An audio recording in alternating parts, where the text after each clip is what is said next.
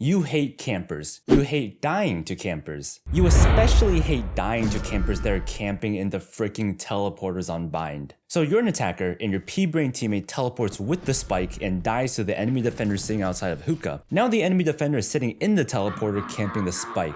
How do you deal with this? Here are 5 potential solutions. Also, I'm going to share with you a bonus teleporter mechanic that you probably aren't taking advantage of, so make sure you watch till the end. Alright, here are 5 ways to deal with teleport campers. Number 1, spam the doors. Remind them that they're not invincible just because there's a thin door between you and them. But don't spam alone. Have a teammate posted on the doors in case the camper decides to swing out. After all, you wouldn't want to be caught without bullets when the camper swings out. A quick tip. You can ping where you think the camper is sitting, and that can help you spam more accurately. Number 2, lob damaging utility through the teleporter. So for example, like Phoenix Mollies, Raise Nades, Sova Shock Darts. The downside to this is that it's a high cost to low reward option. After all, when you lob utility into the teleporter, like chances are it's not going to kill them, right? And also if you're investing like a Brimstone Molly, for example, like that's 250 credits down the drain and you're probably going to miss it. But this option is good if you know that the camper's low on health. After all, you wouldn't want to risk teleporting in blind and getting one tap by the guy with 2 health. Just make sure when you lob your utility,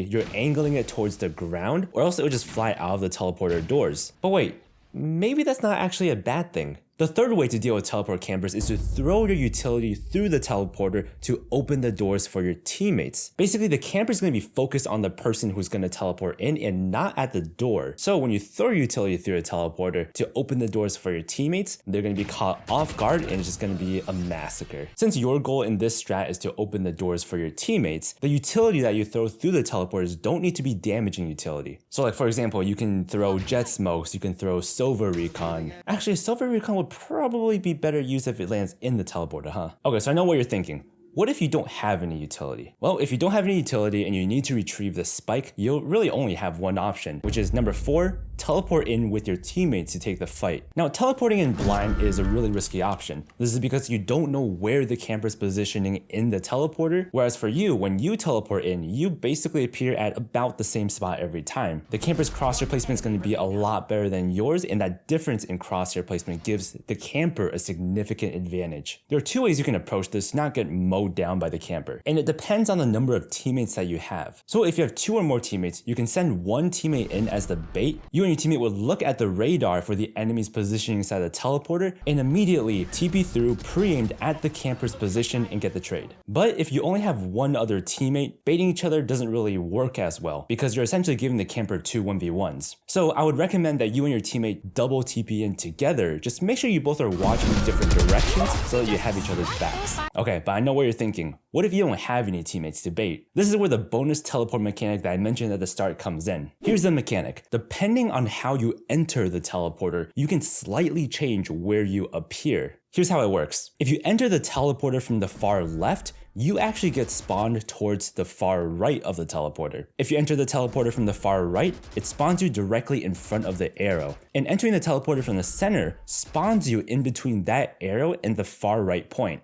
Now this is really important to know because most campers just pre-aim somewhere in the middle. So by entering the teleporter from the far left and spawning a little bit more to the right, you're able to throw off the camper's crosshair placement just by a little bit. And that may be enough to win you that gunfight. Alright, and the 5th way to deal with teleport campers is to just ignore them. Now, of course, if the spike is inside the teleporter and you have to retrieve it, then yeah, you have no choice but to fight the camper. But if you know an enemy took the teleporter, you don't have to fight them. A lot of the times, it's better to just ignore them. This is because when the enemy takes a teleporter, they're basically broadcasting to the entire world their positioning. You know exactly where they are and they don't know where you are. So your team has the informational advantage. An example of this is if you're an attacker and you know the enemies play 3B and 2A and you hear one of the A players take the teleporter, that should be the cue for you and your team to just rush A because there's only one guy on site, right? That's the power of having information and then working your strats around it. So those are the 5 ways to deal with teleport campers. If I missed anything, make sure you let me know in the comments below. Also, do me a big favor and share this with a friend and don't forget to subscribe. I'll see you in the next video. Have a good one, guys.